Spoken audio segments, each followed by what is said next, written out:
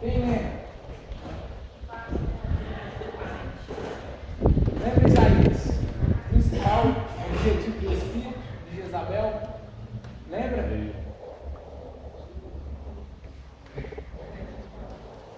Nos roubar, distorcer a revelação da paternidade de Deus. Ontem nós vimos sobre a religiosidade.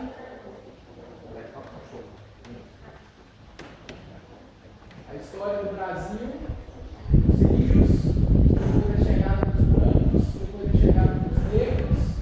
Os índios adoravam Iara antes da chegada dos brancos. Os brancos já chegaram adorando Fátima. E os negros trouxeram Iemanjá. Misturando tudo, batendo no liquidificador, deu o brasileiro, adoração da deusa Aparecida. O branco com o índio, mameluco. O branco com o preto, mulato.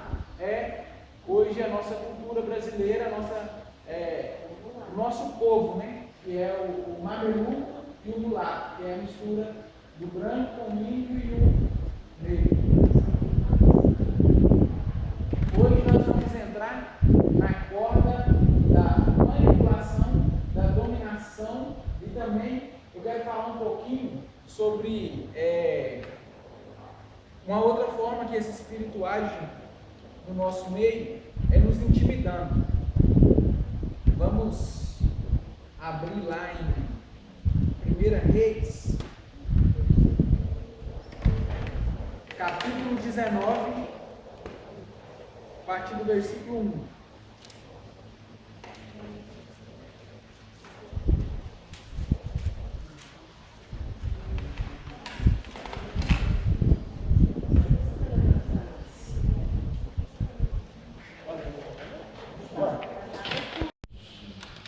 A palavra do Senhor fala assim, ó. Acabe fez saber a Jezabel tudo quanto havia feito Elias, e como matara todos os profetas à espada. Então Jezabel mandou um mensageiro a Elias, a dizer-lhe: faça-me os deuses como lhe aprouver, se amanhã, a esta hora, eu não fizer com a tua vida como fizestes com cada um deles. Temendo, pois, Elias levantou-se e para salvar a sua vida se foi, e chegou a Berseba, que pertence a Judá, e ali deixou o seu moço. Então, eu quero que os irmãos, quando chegar em casa, vou dar uma tarefa de casa para os irmãos hoje. Quando chegar em casa, lê o capítulo 18, a partir do versículo 20 de 1 Reis. Pode ler o capítulo 18 a partir do versículo 20 e o capítulo 19 todo.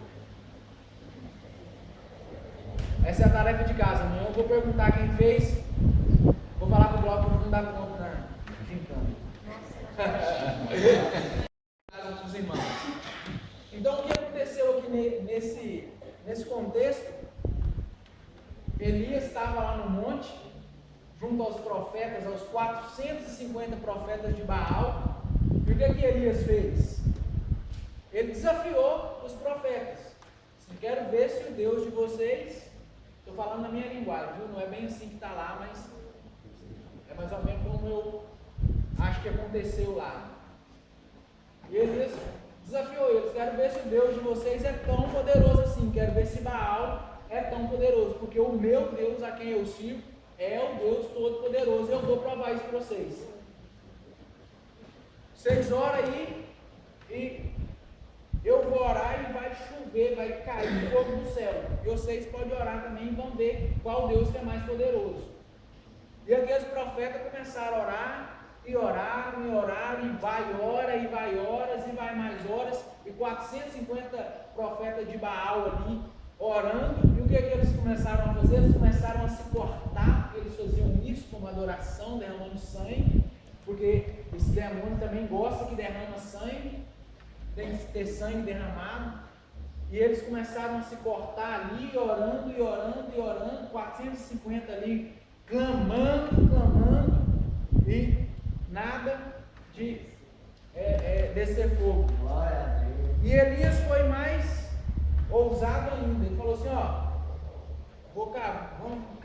valeta aqui, vocês enchem isso aqui de água, porque vai descer fogo do céu e vai lamber isso aqui tudo. E assim eles fizeram, desceram um monte, subiram com as botijas d'água, colocaram água lá, fizeram a regueira lá, encheu de água, e Elias clamou, e o fogo desceu do céu e lambeu ali o holocausto, e tudo que estava ali. E o que Elias fez? Agora vocês vão todo mundo morrer, bando de calça frouxa. E desceu o monte e matou todo mundo, matou ali aqueles 450 profetas de Baal, e o cara triunfou porque Deus honrou ele ali, e ele saiu ali com a banca toda. Esse é o meu Deus, esse é o Deus Todo-Poderoso, e falando com a boca cheia, esse é o meu Deus. Só que fica esperto, meu irmão, porque assim acontece na nossa vida. Depois de uma grande vitória, vem uma grande tempestade.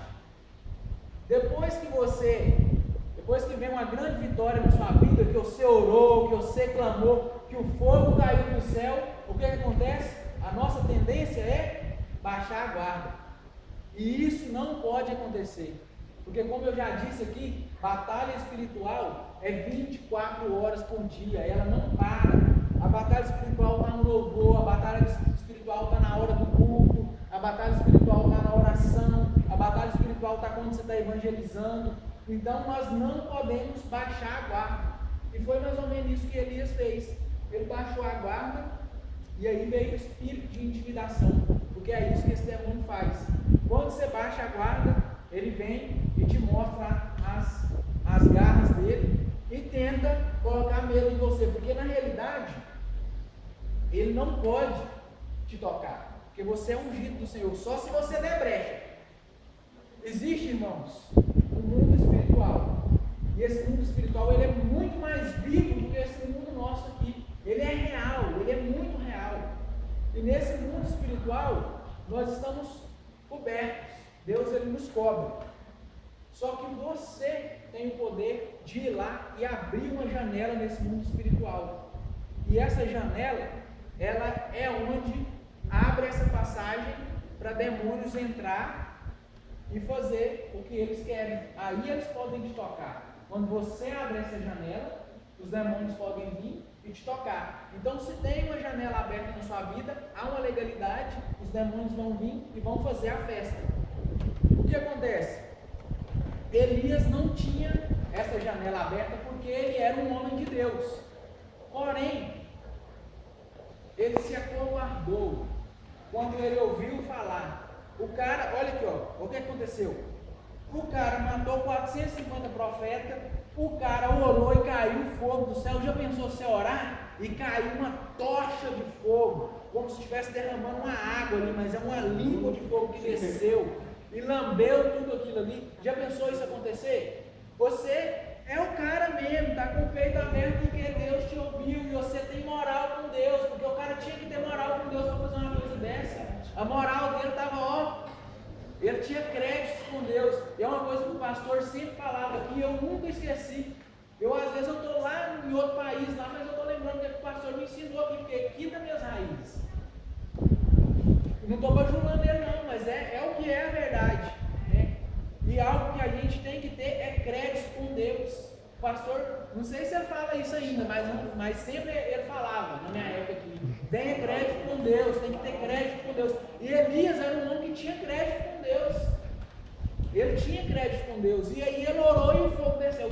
Só que quando Jezabel, possessa por um demônio, ficou irada, porque aqueles profetas que adoravam a Baal, aqueles profetas que adoravam ela, que faziam as vontades dela, que estava lá na mesa dela, aqueles profetas foram decapitados por Elias, ele matou todo mundo ali.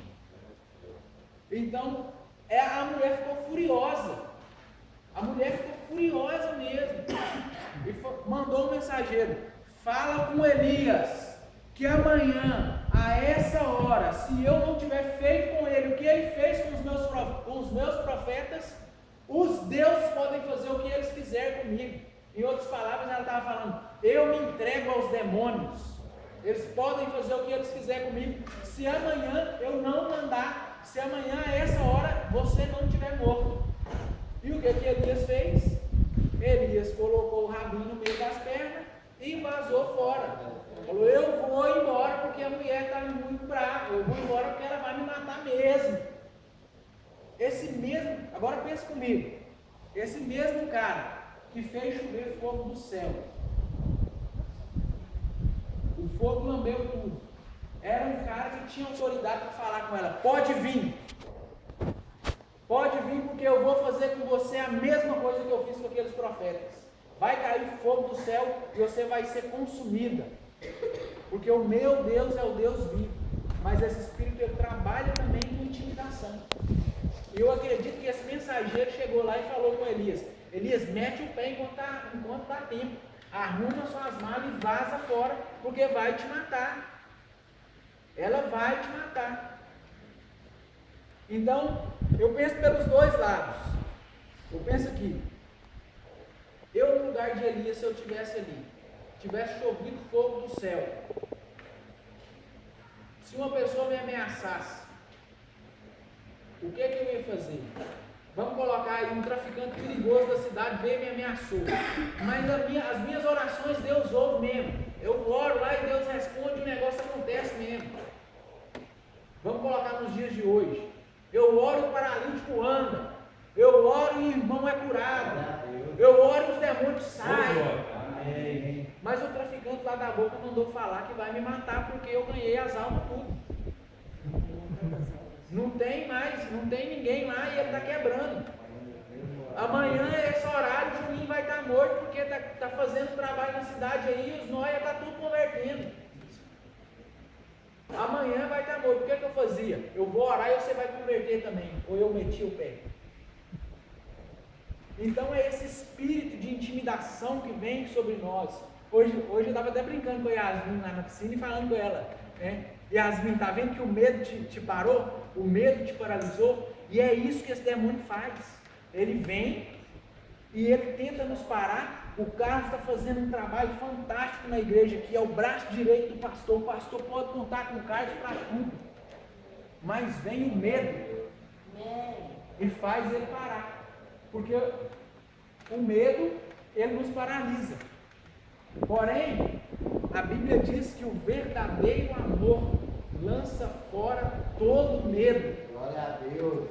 Então, quando esse espírito de intimidação vir, a nossa resposta é: eu amo o Senhor com toda a minha alma, com todo o meu coração e com todo o meu espírito. E esse medo é lançado fora, em nome de Jesus. Amém. Então, outra arma de Jezabel, além da intimidação, é a manipulação e a dominação. Ela tenta nos manipular e ela tenta nos dominar. Nós vimos lá o que Jezabel fez lá na vinha de Nabote. Eu falei aqui no primeiro dia. O que ela estava fazendo nessa ocasião, na vinha de Nabote, era dominando. Ela, peraí que eu vou mostrar quem manda aqui. Eu vou mostrar quem manda aqui. Eu vou lá, eu vou usurpar e eu vou dominar aquilo ali. E esse demônio, ele age da mesma forma. Ele vem com esse espírito de intimidação, ele vem com esse espírito de manipulação, ele vem com esse espírito de usurpar o que é nosso, tentar tirar o que é nosso. E é o que eu falei ontem. Essa vinha, ela simboliza a nossa salvação, ela simboliza a nossa vida com Deus. E é isso que Jezabel quer tomar, é isso que Jezabel quer tirar. Ela vem com um sapatinho de algodão, mostra ser sua amiga e quer tirar a sua autoridade dentro da sua casa. Ela quer mostrar que você não é capaz.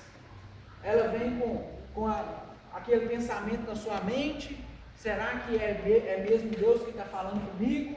Será que é mesmo Deus que está mandando eu fazer isso? Será que eu sou mesmo batizado com o Espírito Santo? Será que eu estou falando em línguas de mim mesmo? Ou eu estou realmente com língua de fogo? O que é que está acontecendo? Eu não estou entendendo mais nada.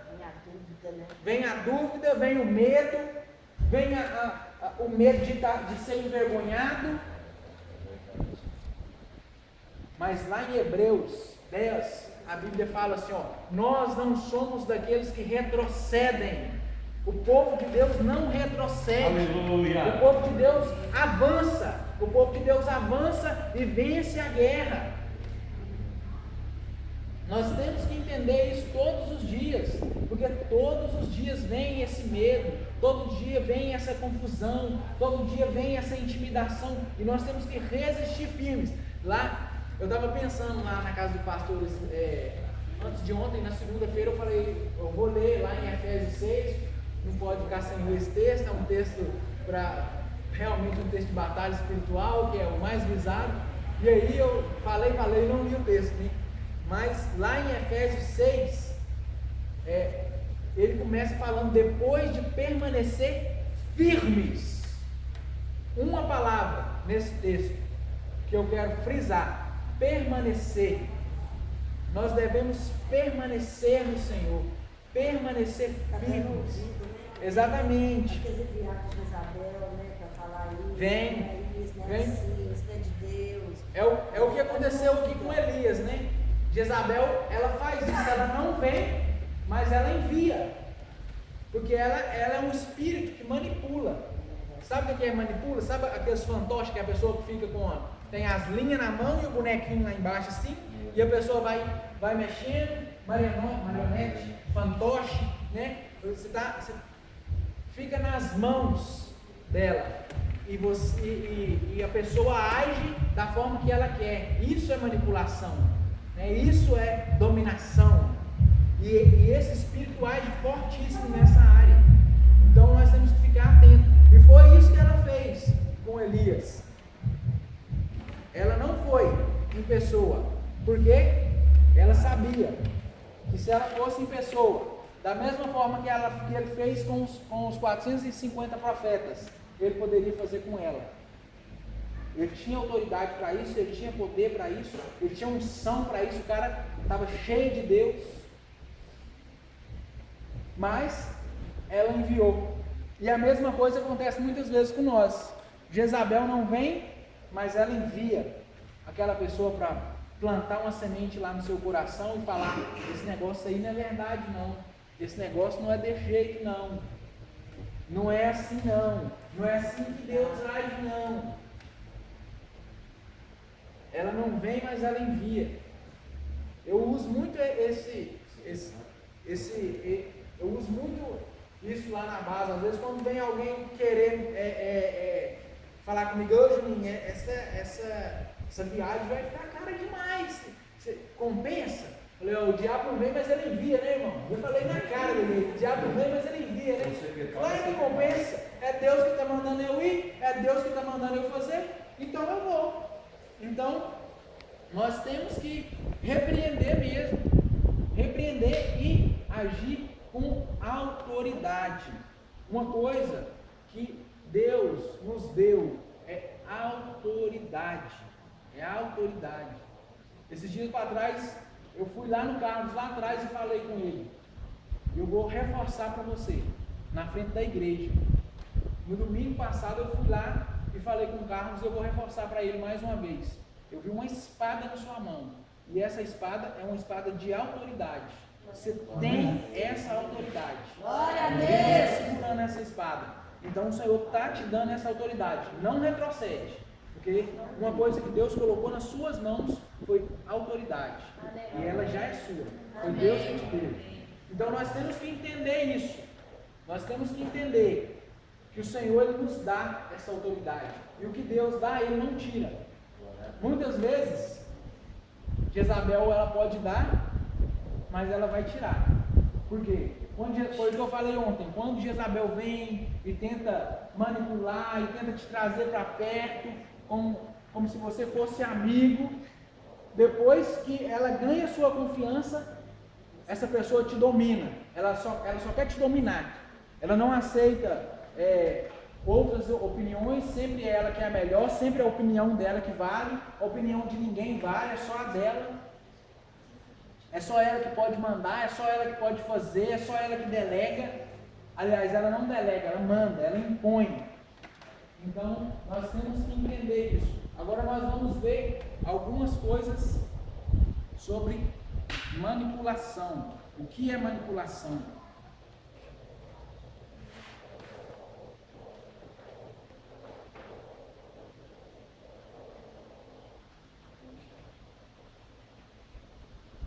Compreendendo o poder da manipulação. A pessoa sempre assume as boas ações. As boas ações é sempre ela que fez. Ela sempre fez as boas ações. Mas quando tem alguma coisa errada, sempre coloca a culpa no outro. Nunca quer assumir responsabilidade.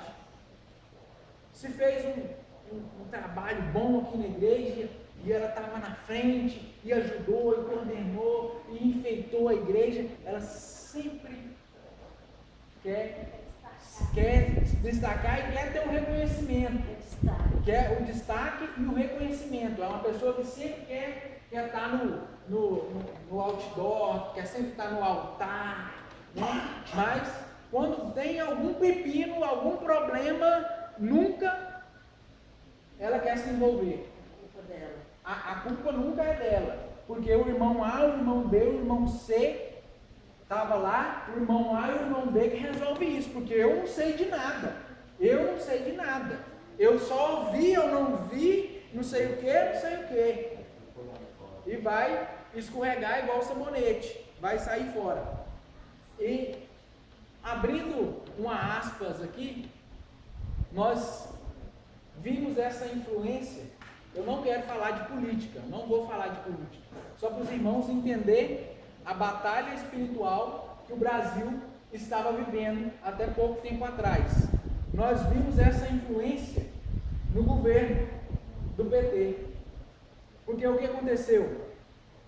Foi um governo com uma forte influência desse espírito. Por quê? Foi o governo que tirou os pobres da pobreza, foi o governo que fez o pobre, fez o filho do pobre virar doutor, foi o governo que fez o pobre ter o primeiro carro, foi o governo que fez o pobre andar de avião, foi o governo que fez o pobre ter casa própria, foi o governo que fez o Bolsa Família, mentira, porque não foi, foi lá da época do FHC, do Fernando Henrique, FHC é o Fernando Henrique Cardoso, foi lá na época dele. Então, nós podemos ver isso.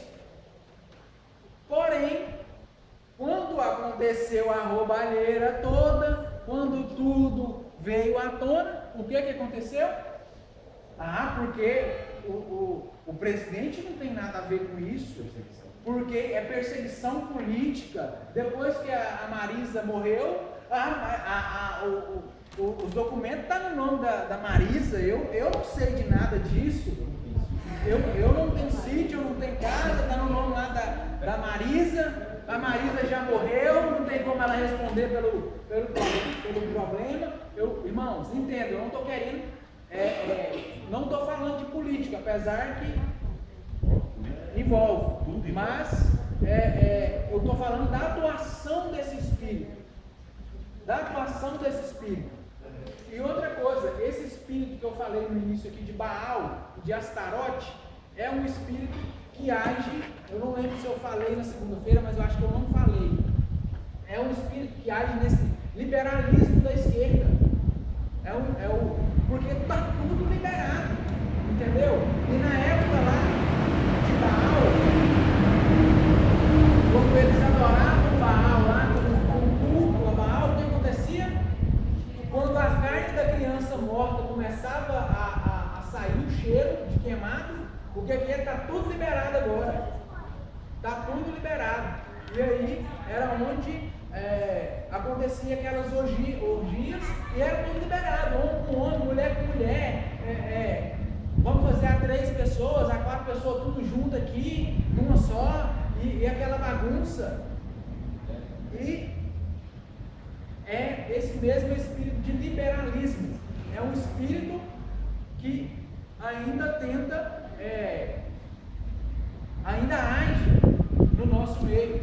Então, o que acontece? Nós estava tendo aula com um professor de sexualidade e ele estava falando para nós sobre a atuação desse espírito também.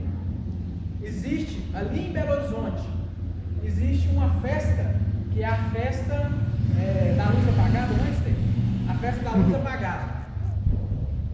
Como? Não, a festa da roleta russa. Isso, exatamente. É a roleta russa humana. Os irmãos conhecem a roleta russa, sabe o que é a roleta russa? Todo mundo sabe?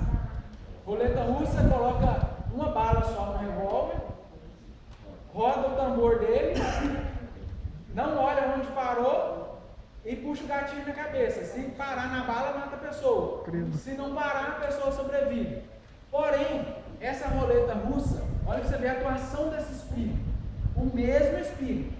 Essa roleta russa ela é diferente. É uma roleta russa humana. Eles entram todos para dentro de um quarto. Todo mundo aí apaga uma luz. E tem uma pessoa infectada com o vírus da AIDS. Tem lá umas 20 pessoas. E uma pessoa infectada com o vírus da AIDS. E todo mundo começa a ter relação com todo mundo. Todo mundo começa a ter relação com todo mundo. E o sortudo que pegar a pessoa infectada com a AIDS também contrai o vírus. Então é a roleta russa humana. Isso existe, acontece em Belo Horizonte, em festas rave, em festas onde está todo mundo drogado. Então, e o governo esquerdista apoia esse tipo de coisa, onde menino não é menina, onde menina não é menina, menino não é menino. Então, é esse demônio que age no liberalismo. É esse demônio que está tudo certo, não precisa, não tem sexo. O homem não é homem, mulher não é mulher. Depois que crescer, ele vai decidir o que é. Né? Então, agora tem pessoas. Tudo sem sexo. Esse demônio atua nesses partidos políticos. Eles atuam, PCdoB, PT, e vai por aí afora. Está tudo contaminado. Tem um vídeo na internet, se os irmãos quiserem procurar, pode procurar. A presidente do PT numa praça pública, a Gleice Hoffmann, e um demônio encarna uma pessoa lá e começa a rir e falar: eu sou Exu, eu sou Exu. E antes de começar o debate lá, ela falar lá para o povo, eles têm que adorar o demônio. Então, existe uma caça de demônio que manipula esse povo, e eles são manipulados. Nós temos que orar por libertação desse povo. Nós temos que orar pela libertação dessa mulher que é uma doente mental. Nós temos que orar pela libertação do Lula. Não ser liberto fisicamente, mas ser liberto espiritualmente. Porque ele errou, ele tem que pagar lá. Daniel Júnior, aproveitando, nós tivemos uma palestra, uma Efigênio, nós tivemos lá com a Damares.